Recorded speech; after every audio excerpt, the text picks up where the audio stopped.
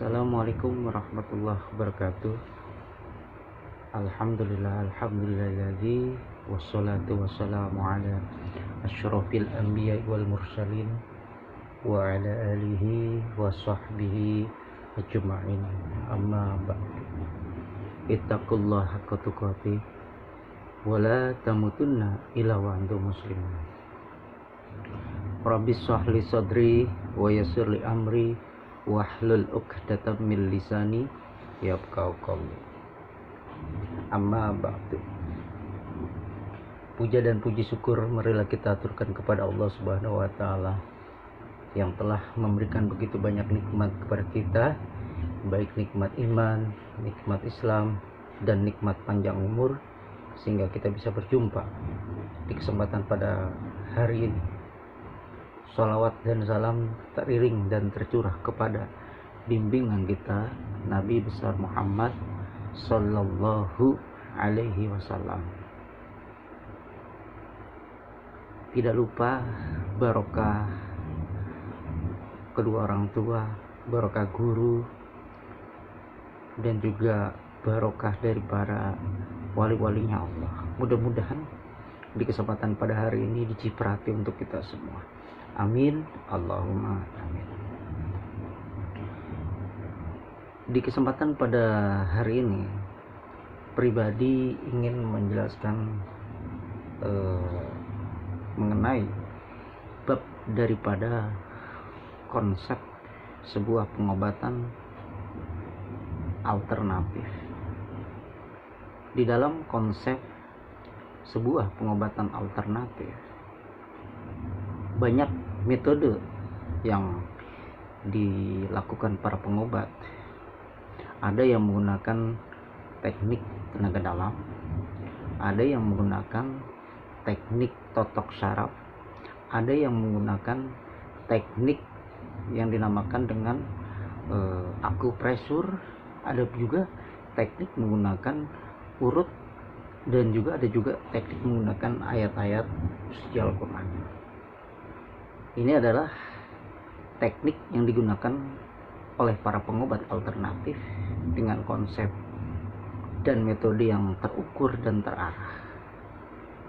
Dari beberapa konsep pengobatan yang dilakukan, tidak lupa kunci dari sebuah kesembuhan, kunci dari sebuah ikhtiar, tetap inti daripada kesembuhan itu sendiri adalah hak prerogatifnya Allah Subhanahu wa ta'ala.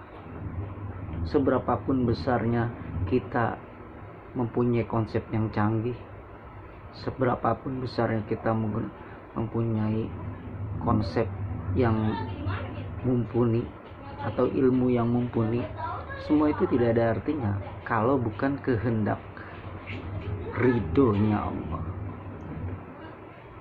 Saya rasa kita harus banyak bertafakur dari semua pengobatan, dari semua penyembuhan yang dilakukan para pengobat alternatif itu dengan metode tertentu. Itu memang banyak cara, namun inti dari sebuah pengobatan ada apa sih? Kesembuhan yang didapat, betul nggak? Ya kan, baik itu medis dengan konsep pengobatan medisnya, dengan ilmu medisnya, dan juga konsep pengobatan alternatif juga dengan metode dan caranya tersendiri. Tentu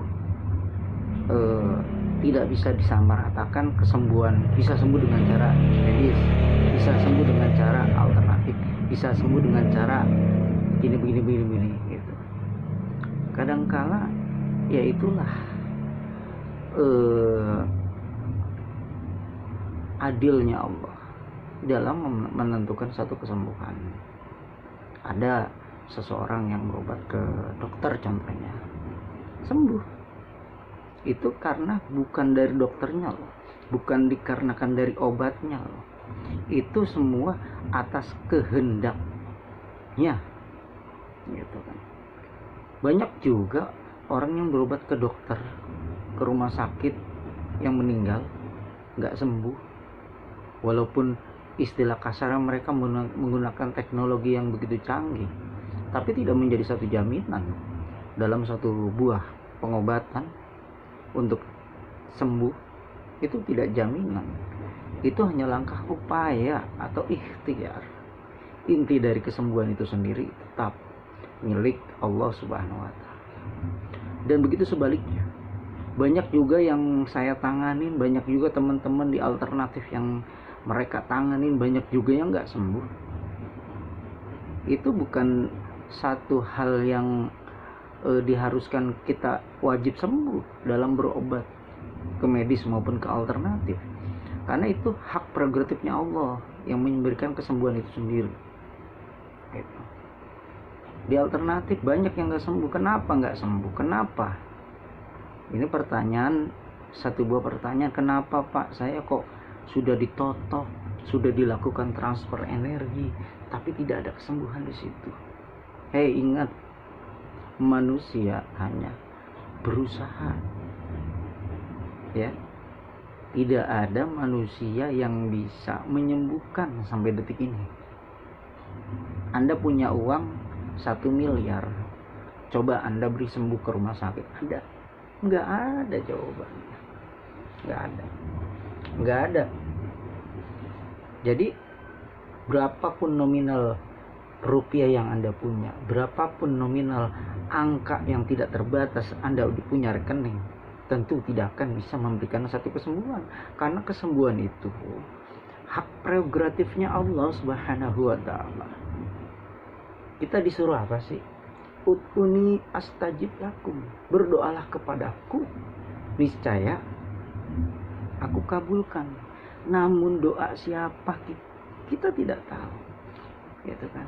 Makanya kita dibutuhkan perantara, wali-walinya Allah, ya kan?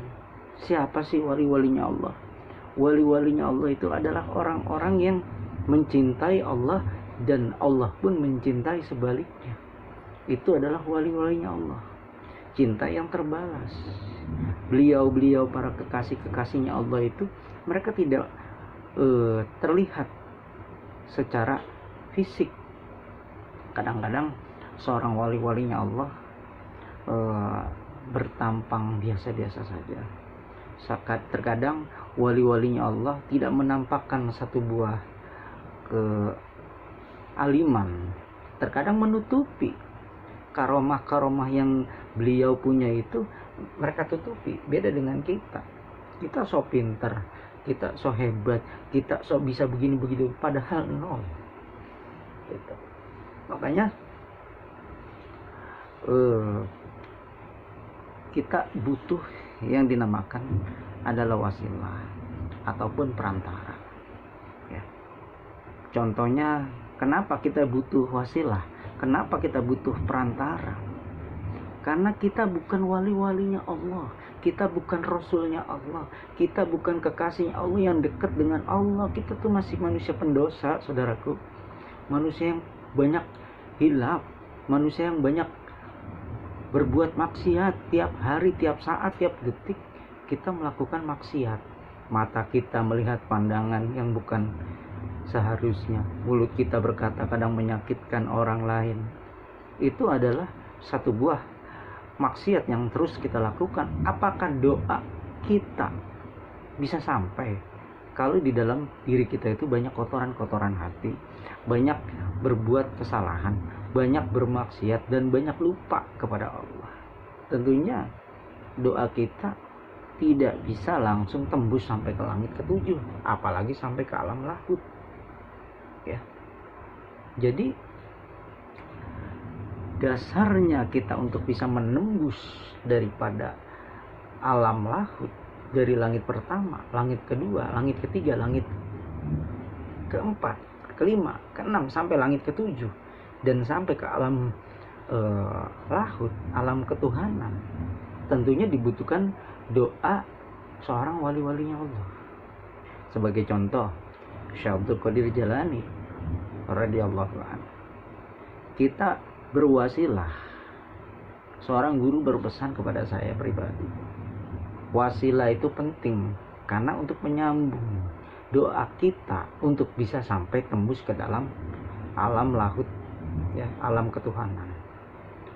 Makanya di dalam sebuah konsep kita baca saat kita bermunajat di dalam berdoa kita adalah wasilahnya seperti ini: bil barokah wal karomah Syekh Abdul Qadir waliyallah, bisyafaat Nabi Muhammad biiznillah, waridallah, ya Allah, ya Allah, ya Allah, innaka ala kulli syai'in qadir, takdir hajatina, bil barokah wal karomah. Karena barokah dan karomah Syekh Abdul Qadir walinya Allah, bisyafaat Nabi Muhammad karena syafaatnya di Nabi Muhammad, biiznillah karena izinnya Allah, ya kan, biiznillah, waridallah karena dan ridhonya Allah, ya Allah, ya Allah, ya Allah, innaka ala kulli syai'in qadir, sesungguhnya engkau kuasa atas segala sesuatu.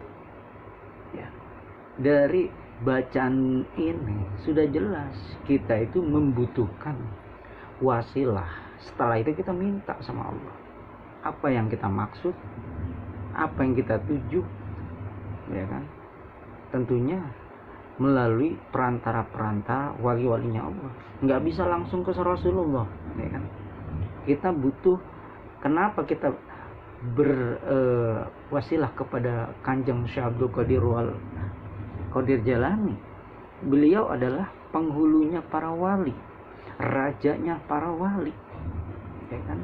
Tentunya tidak salah kita berwasilah kepada beliau. Setelah itu ke Nabi Muhammad, baru itu ke Allah. Ini adalah konsep doa yang benar. Ada juga yang mengatakan bid'ah lah gitu. Silakan, nggak ada salahnya mereka mengatakan bid'ah. Tidak ada salahnya mereka mengatakan kita sesat atau apa ataupun apa gitu. Serah hak mereka. Tentunya kita berkeyakinan bahwa dalam suatu doa itu tidak bisa langsung, ya, tidak bisa langsung, karena kita butuh yang dinamakan wasilah.